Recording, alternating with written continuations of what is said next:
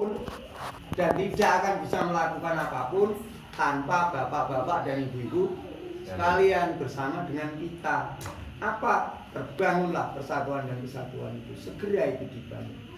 Kalau enggak, berat. Karena cuma itu syarat satu-satunya. Mono, Masku. Ya, yang lain silakan mau tanya silakan Pak.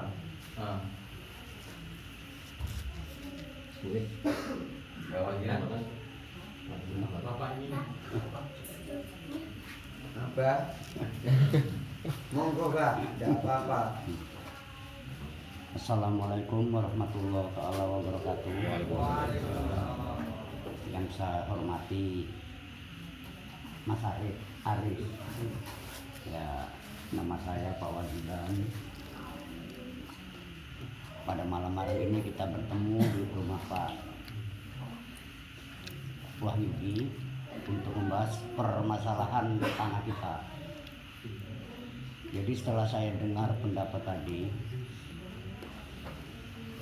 mengenai hal permasalahan-permasalahan yang menyangkut tanah kita, itu sejak tahun 51 Pak Aris ya. Iya. Buruh-buruh perkebunan dulu seperti orang tua kita Pak ditelantarkan oleh zaman Belanda. Ini kronologis kita dulu lah, sehingga sampai sekarang. Oleh karena ditelantarkan oleh Belanda dulu Pak, karena kebun tutup, masing-masinglah masyarakat dengan kelompok yang diketuai si RB mengambil tanah. Pada tahun 51 banyak ditangkapi masyarakatnya, ada di Pancur Batu, ada di Polonia, ada di Belawan Pak. Nah, 3 lokasi inilah masyarakat Mencirin sekitarnya, di 3 lokasi inilah ditangkap. Seperti orang tua saya di Pancur Batu. Nah, banyak orang sini pun di Pancur Batu gitu. Setelah hampir sebulan lamanya Pak, dikeluarkanlah tanah itu digarap balik. Setelah digarap balik Pak, timbullah surat Undang-Undang Darurat nomor 8 tahun 54. Tidak lama kemudian Pak, keluar lagi Undang-Undang nomor 5 tahun 60, Undang-Undang Pokok Agraria. Setelah itu Pak, keluar lagi Undang-Undang Properti, peraturan tertinggi. 3 lokasi ini, 3 unsur ini Pak. Berarti tanah tersebut kan diperkuat oleh undang-undang tersebut. Kalau menurut paham saya, memang saya ya maklumlah, saya itu tamatannya dia aja Pak. Tapi saya mengikuti sejak pergolakan tanah awal Pak sampai sekarang ini Pak. Ya, ini kronologis cerita. Jadi biar Bapak Aris tadi bisa mencemahkan ya. Nah ini, kalau diambil Undang-Undang Darurat nomor 8 tahun 54 dan Undang-Undang Pokok Agraria dan Undang-Undang Properti, tanah kita ini sudah kuat Pak. Sudah kuat. Kenapa dasarnya sudah kuat? Karena di sana sudah mengatakan apabila tanah tersebut diambil oleh negara atau swasta ataupun siapa saja, harus ada ganti ruginya. Panklar. Istilah Belanda tinggal tanam 1 hektar 1000 tanah. Nah ini maaf ya Pak ya. Berhubung Pak terjadinya pergolakan politik, habis tanah ini Pak. 1965. Nah di sana. Nah begitulah Pak ya. Nah, jadi setelah pergolakan tadi terjadi Pak, lama ya. Karena kita masih mempunyai hak, kita kembali ke lapangan. Kita ambil balik. Pada zaman reformasi. Kan betul kan? Kita ambil balik. Nah, kita ambil balik. Jadi dianggapnya seluruh masyarakat ini dianggapnya Menyerobot. lambat. Menyerobot Pak ya. Nah, jadi kalau kita ambil dari undang-undang darurat, undang-undang pokok agraria, undang-undang properti, ya, ini kita sudah kuat. Nah, sudah kuat Pak. Ya. Berhubung oleh karena ada beberapa kasus yang menyangkut permasalahan tadi, ya itulah tadi Pak yang saya ceritakan, maka rakyat tidak bisa berbuat apa-apa. Nah, di situ. Jadi seperti tanah-tanah yang sekarang ini Pak, ya, tanah-tanah yang sekarang ini diambil oleh PTPN, ya. Ini sebetulnya kalau kita kaji Pak, ini sebetulnya sudah, ya kita bilang sudah tangan besi Pak. Sudah tangan besi dia gunakan, bukan lagi secara kemanusiaan. Nah, ini sudah tangan besi secara politiknya. Untuk menghampar saja, untuk menghambat rakyat, paling pakai kelewang, ya, golok, parang, PM pun sampai masuk Pak. Ini kan sudah keterlaluan cara politiknya. Nah, perkebunan ini sudah keterlaluan Pak. Sampai PM masuk. Ada apa ini di dalam ini sebetulnya? Nah, jadi kalau diambil Pak sejarahnya, kronologis tanah ini Pak, ya, sebetulnya tanah ini yang kita harapkan kepada pemerintah ini minta apa? Tambahan, ganti rugi tambahan, kekurangan tadi. Kita bukan menyerobot tanah perkebunan Pak. Perkebunan lah tadi yang menyerobot tanah kita berdasarkan tadilah yang saya ceritakan tadi. Kalau diambil undang-undang darurat Pak, kita sudah kuat. Apabila tanah tersebut diambil oleh negara atau swasta harus ada ganti rugi. Nah, ternyata nggak ada. Kalau bahasa yang sekarang harus ada musyawarah mufakat. Ya, Ya, betul. musyawarah mufakat itu kan untuk mencari solusi. Betul Pak. Jadi begini Pak, saya sudah sempat baca kronologi di sini ya. Iya. Terkait dari 1951, kemudian muncul Undang-Undang Darurat, kemudian muncul UPA 1960 nomor 5, kemudian meletus Gestapo 1965. Undang-undang properti lagi Pak, 3 ya peraturannya. Itu kemudian juga Lenderpom. Dan saya sudah paham, makanya arahnya mesti jelas Pak. Kemarin saya bilang ke Pak Yudi, karena di dalam kronologi yang dibuat ini arahnya kurang jelas. Kenapa saya sampaikan kurang jelas? Ini terlalu luas yang diklaim. Maksud saya kalau punya tujuan itu harus satu titik dulu. Betul. Misalnya seperti yang Abah bilang tadi, ya berarti ke depan kita harus satu titik. Apa titiknya adalah surat SK Lenderpom 1961 yang dikasih satu orang 1,1 hektar, baru dikasih 3 hektar itu kan. Jadi ada 6.000 lagi lah sebenarnya yang diminta oleh rakyat, walaupun sebagian orang sudah meninggal yang minta itu, tapi kan ada anak keturunannya kan ke sono toh. Nah, kita konsentrasi pada titik itu saja dulu ya. Titik SK Lenderpom 1961 berapa sih kurangnya? 6.000 kali berapa kakak sih? Berarti berapa sih luasannya? Maksud saya gitu. Jadi tegas. Kalau yang saya lihat di kronologi itu kan nyampe sekian 1.000 sekian hektar dan sebagainya. Nah, itu agak sedikit akhirnya memecah konsentrasi. Kalau mau konsentrasi ya SK Lenderpom itu saja. Kalau disepakati konsentrasi pada itu ya itu. Nah, kalau kemarin press release yang saya buat, saya share ke grup pejabat itu Mbak. Jadi persoalan di Mencirim adalah petani dijanjikan diberi 1,1 hektar untuk 400 kepala keluarga, baru dikasih per kakaknya setengah hektar. Itu pun belum semuanya diberikan seperti itu. Yang nggak tahu bener apa enggaknya, karena saya cuma sekilas-sekilas tapi mendekati lah minimal.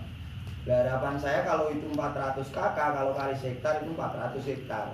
Kalau baru dikasih setengah berarti masih ada 200 sekian hektar yang seharusnya diberikan berdasarkan SK Land Reform 1991.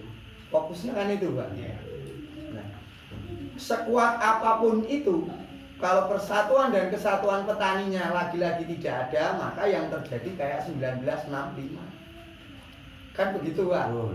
Nah, jenengan reformasi berani masuk, kenapa sekarang era Jokowi pada tidur? Kan persoalannya di sana, Pak. Nggak bisa perjuangan tanah itu diwakilkan. Kalau bisa kita sudah ada anggota dewan dari kemarin dong, selesai. Kenapa enggak? Kenapa anggota dewan diem? Karena kita nggak pernah ada datang ke sana, nemui perwakilan kita untuk menyampaikan apa yang terjadi di sini. Ya saya sepakat ini sudah tangan besi. Ya kalau ini tangan besi, karena ini kebijakan politik, PTPN dan sebagainya, ya jenengan pakai politik juga. Caranya bagaimana? Ya datang ke anggota dewan rame-rame. Kita pimpin kalau petaninya siapa. Kita datang ke BPN untuk menanyakan tentang Land Reform 1961. Itu kan tidak dilakukan. Lah kalau surat saja diantar, besok masuk tong sampah lah. Surat harus dikawal. Siapa yang ngawal? Petani semuanya. Perjuangan harus dikawal. Siapa yang ngawal? Yang punya hak di dalamnya. Kalau semuanya ikut mengawal, itu tuntas. Tapi kalau petaninya tidur, 2 juta kasih berangkat, nggak kelar-kelar itu, Pak. Kira-kira kelar nggak, Pak? Nggak. Selesai nggak, Pak? Nggak. Nggak selesai. Contohnya sudah ada. Ya, jadi banyak. Kan nggak selesai. Karena apa? Orang kita itu pengennya punya hak, tapi diwakilkan sama orang. Saya bisa aja, Pak, ayo iuran 1 jutaan, saya nanti ke Istana Negara, saya foto-foto di depan, ngopi di depan, memang ada yang tahu. Kan gitu, Pak. Pulang-pulang beres, nih fotonya, kan bisa saja. Tapi nggak beres-beres itu, Pak. Yang membereskan semuanya adalah ketika seluruh yang punya hak, dia mau gulung komeng untuk memperjuangkan haknya itu. Abah dari tahun berapa di sini? Lahir 30. Saya lahir tahun 44, Pak. Nah, Pak Soekarno dulu untuk melawan Belanda itu enggak pernah, "Hei rakyat Indonesia, kalian tidur, biar saya yang ngelawan Belanda." Ada enggak? Kan, "Hai rakyat Indonesia, kita bangun persatuan dan kesatuan, kita usir penjajah." Ya bersama-sama dengan siapa? Rakyat. Nah, kalau petani kalian tidur, aku yang berjuang sampai kiamat, Pak. Ini enggak rampung. Kan itu persoalannya. Nah, ini kita mengajak semuanya agar perjuangan hak atas tanah sesuai SK Land Reform 1961 ini kawal secara bersama-sama.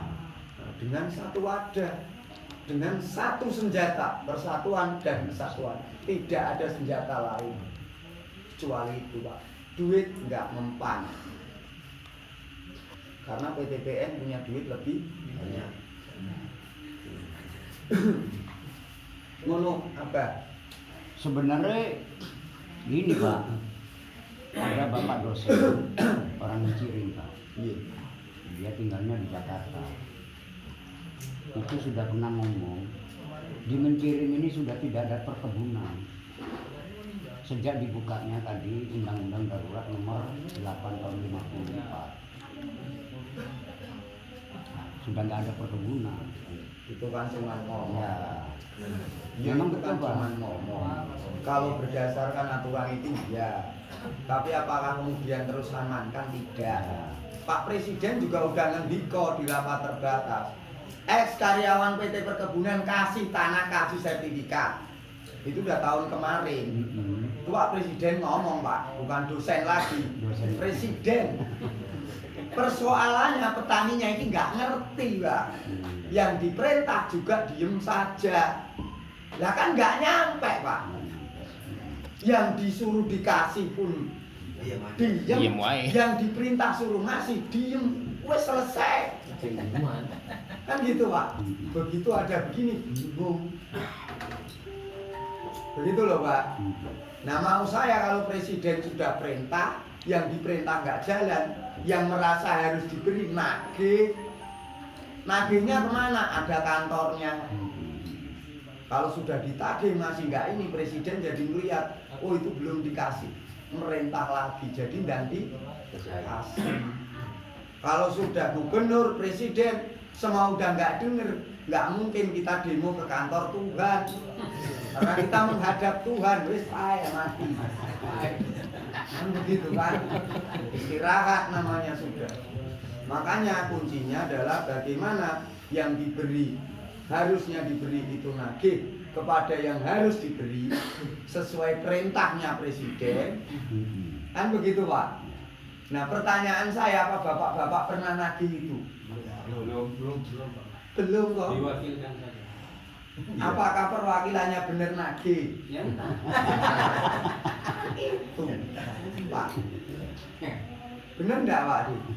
Kita ngomong yang real saja. Apakah saudara-saudara pernah nagih? Belum. Ya kalau belum ya jangan disalahkan. Yang diperintah untuk beli, oh nggak ada yang nagih. Begitu kira-kira Pak. Karena itu tanah mempunyai nilai ekonomi besar, ya, mempunyai nilai sosial besar, ya akhirnya yang terjadi seperti ini. Orang makin lama makin banyak, harga tanah makin mahal Pak. Yang nggak ikhlas lah orang-orang yang memang mau ngambil di situ, ya dia ngotot juga. Karena saya dengar ini mau dijadikan kawasan industri juga. Itu Pak. Saya udah coba selidiki ada apa. Bukan hanya ditanam tebu, nanti tebu panen terus industri. Tapi kalau nggak dibegitukan dulu, pasti begitu industri ya ada yang terima duit gede. Nah ini ada yang nggak ikhlas, ya harus ditanam tebu dulu, jadi nanti duitnya masuknya ke yang nanam tebu, bukan ke tani. Jadi kemarin ada pertanyaan satu, kalaulah permasalahan tanah di Sementilin itu mengacu kepada Lender Form tahun 60 itu kan 61 itu kan sudah diberikan 5.000 meter kekurangannya.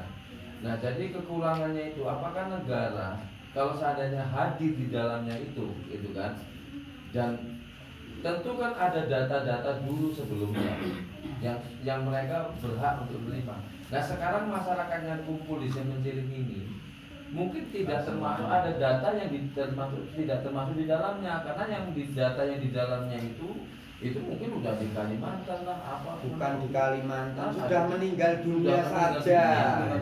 Yang ada di sini ini anak keturunannya gitu loh. Ada juga yang nggak anak keturunannya Pak. Ya sudah anak keturunannya saja. Apa ini? Jadi solusinya kemana kalau seperti itu? Solusinya ya yang ada ini yang wajib diberi. Karena itu kan diwariskan. Kalau yang sudah ke Kalimantan yang sudah tidak butuh, nggak betah di sini, ya dikasih yang betah gitu loh dia. Balik papan itu. Balik papan. Ada yang macam-macam lah anak turunannya. Iya. Kalau mengikut nama itu gitu kan. Iya, tapi yang gitu-gitu ya jangan diomongkan ke sono. Ya intinya ini sudah nggak ada. Yang ada ini sudah. Jadi gini Pak D, kalau 1961 hari ini itu berarti sudah generasi yang ketiga, bisa generasi yang keempat. Jadi sah-sah saja gitu loh Pak. Ya yang tinggal di sini berarti ya anak keturunannya. Kalaupun waktu itu dikasih 1,1 yang nikmati siapa? Kan tetap jenengan yang ada di sini. Ya toh? Entah prosesnya beli, entah prosesnya apalah itu. Ya itu kan berarti generasi penerusnya, keturunan-keturunannya gitu loh Pak. Keturunan Adam. Ada lagi? Udah ada lagi. Coba saudara tanya. Nah, satu lagi nih ada yang tanya nih. Ya pertanyaan saya apalah mohon bimbingannya pada sepakat dan mufakat untuk bersatu melanjutkan perjuangan kita khususnya petani di desa Promosi dan sekitarnya. Bersatu kuat, menimbang dan mengingat, artinya waktu pun terus berjalan dan kebetulan mungkin jarak antara kami petani di Menciriming dengan Bung Haris juga cukup jauh. Jadi bagaimana kira-kira di dalam pengukuhan persatuan dan kesatuan kita ini, artinya kita kan perlu satu wadah yang terorganisir dengan baik. Dan pada sampai saat sekarang ini artinya kita kan belum ada susunan itu. Jadi menurut Bung Haris saat ini harus bagaimana kan?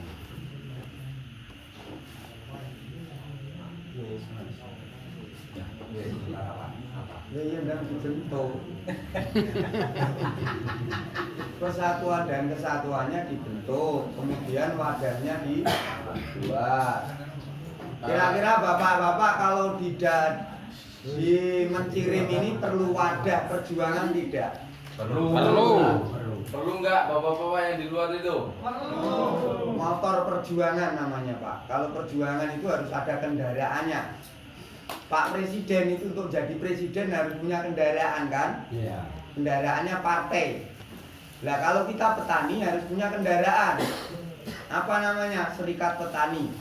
Ya silakan dibentuk. Kan nggak harus saya yang bentuk toh Pak D. Sedang dalam proses. Ini kan urusan jenengan petani ini. Nah silakan secepatnya dibentuk. Mau dikasih nama apa? Monggo. Agar nanti program serta skema dari negara itu bisa diakses lewat kendaraan bapak-bapak, gitu. Dan ingat, dalam kendaraan pastikan isinya penumpang yang baik-baik semua.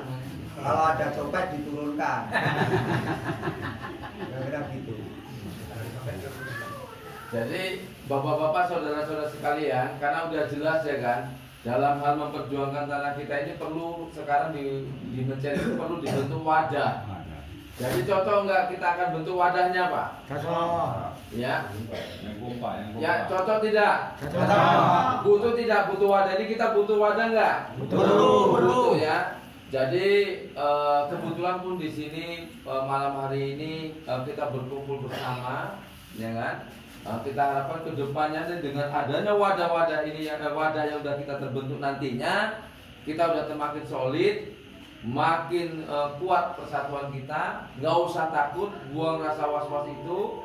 Jadi beberapa malam-malam yang sudah kami sering berkumpul, ya kan, kita akan membentuk satu wadah, yaitu namanya Serikat Tani. Bentuknya namanya Serikat Tani Mencirim Bersatu. Kira-kira menurut bapak-bapak macam mana kira-kira? Setuju. Setuju tidak? Setuju. Karena ini selama ini kan memang kenapa Mencirim Bersatu? Nah, mungkin malam hari ini kalau sekedar saya yang ngomong saja kan kurang pas. Jadi ada Bung Daru, waktu dan tempat kami persilakan. Monggo. Ya udah aku ngomong aja aku begini. Ya Monggo, kan Daru. Mesin nari ini. Nari. Mesin nari cari duit. Assalamualaikum warahmatullahi wabarakatuh. Waalaikumsalam. Alhamdulillahillazi hadana li hadza wa ma kunna linahtadiya laula an hadana. Ini langsung saja dalam topik pembicaraan. Perkara wadah mungkin yang lalu-lalu wadahnya nggak seperti ini. Sifatnya itu pribadi, empat mata di belakang atau di kamar. Nah sekarang kita buat ini kalau bisa seterusnya kita buat wadah ini sifatnya itu musyawarah. Nanti itu ada tim-timnya dan tim itulah nanti yang mengarahkan kita mau berbuat apa. Sekarang ini, sekarang kita buat, tetapi kalau tidak ada yang mengarahkan kita untuk melanjutkan perjuangan ini, kita juga mentok. Makanya mumpung ada orangnya di sini, ada Bung Haris, kita mohon, kita minta Bung Haris itu bersedia untuk membimbing atau menjembatani, membina wadah baru ini. Saya tanya dulu sama Bung Haris, kira-kira bersiap atau tidak? Ya kalau membantu jelas siap. Intinya kita siap, kalau nggak siap saya nggak kesini Pak.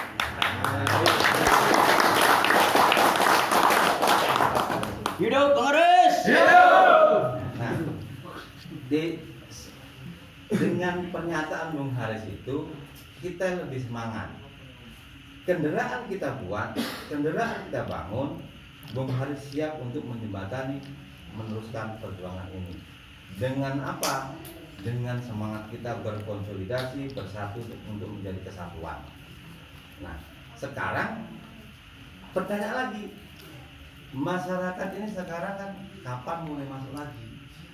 Kalau kita udah buat wadah, kita kan pasti ada memikirkan kapan masuk gitu Bung Haris. Nah, kira-kira Bung Haris ini kan bisa untuk memberikan suatu informasi yang dari pusat ke petani supaya petani itu lebih berani lagi masuk ke lahan. Jangka waktunya kira-kira lama apa enggak gitu Bang? Jadi begini, lah persatuannya aja belum dibangun kok sudah nanya sampai kapan? Nah, ini kan saya jadi balik tanya, kira-kira petaninya mau bersatunya kapan? Kalau 1 minggu 2 minggu ke depan kalian bersatu, ya masuk kenapa rupanya? Kan begitu Pak? Nah kalau saya ditanya kapan kira-kira bersatu aja belum terinya ini. Wadahnya juga belum ada. Kita kumpulkan aja Pak. Itu. Dan dibentuk wadahnya, terus kemudian anggotanya nanti jumlahnya seberapa besar, persatuannya saya lihat beberapa minggu ke depan perkembangannya seperti apa. Sehingga kita nanti baru bisa menyusun Pak. Tahap pertama mau ngapain, kedua ngapain, ketiga ngapain, endingnya ngapain. Sip. Kan begitu Pak. Perjuangan tanpa ending mending nggak usah berjuang Pak. Harus ada ending. Film drama itu apa itu cerita film apa Angling Dharma atau yang lain itu kan ada tamatnya Pak. Benar tidak Pak? Nah ini saya kasih contoh jadi ingat saya. Bapak tahu nggak Misteri Gunung Merapi? Tahu nggak? Tahu. Di situ ada tokoh jahat namanya siapa? Mak Lampir. Mak Lampir itu kalau sudah ngajak Grandong, ngajak Nyiblorong itu sudah terorganisir dan kuat. Itu kekuatan hitam. Itu hanya bisa dikalahkan ketika ada sembara, ada Kiai Jamas, Kiai Jabat. Bener tidak? Ya enggak Pak? Ya. Kalau enggak, jangan pernah mimpi nyalakan Mak Lampir. Kan begitu. Nah Mak Lampirnya siapa kan panjenengan tahu. Grandongnya siapa tahu. Ya toh, ini tinggal Nyiblorongnya. Kan begitu. Mak Lampir itu kalau melawan sembara kalah dia pasti manggil Grandong. Masih kalah manggil Nyiblorong. Nyiblorong biasanya iming-imingnya duit, kekayaan, bener nggak Pak? Pengurus diiming-imingi kekayaan, modal cocote ngambil. Ini kenapa persatuan harus dibangun dan perjuangan itu harus dikawal agar tidak tersentuh oleh Nyiblorong maupun si Grandong Pak. Nah, untuk mengalahkan kekuatan hitam yang terorganisir, maka harus terbentuk kekuatan putih pula yang terorganisir. Nah, kalau jenengan aja nggak bisa kompak, gimana mau mengalahkan Mak Lampir? Tambah lagi dia punya Grandong, ya toh Pak? Belum Nyiblorongnya diturunkan, itu baru Grandongnya. Ya alhamdulillah kita sekarang ini ada kalah kondang walaupun nggak pernah kalah kayak Ya ini harapan besar saya, ini segera dibentuk. Setelah ada wujud bentuknya, persatuannya sudah kelihatan, jumlah orangnya kelihatan, baru kita bicara tahapan. Kapan kita mau ngapain, 1 ngapain, 2 ngapain, 3 ngapain, endingnya apa? Ya Pak ya, kalau endingnya skema tadi sudah saya sampaikan sebenarnya di depan. Seperti itu. Tapi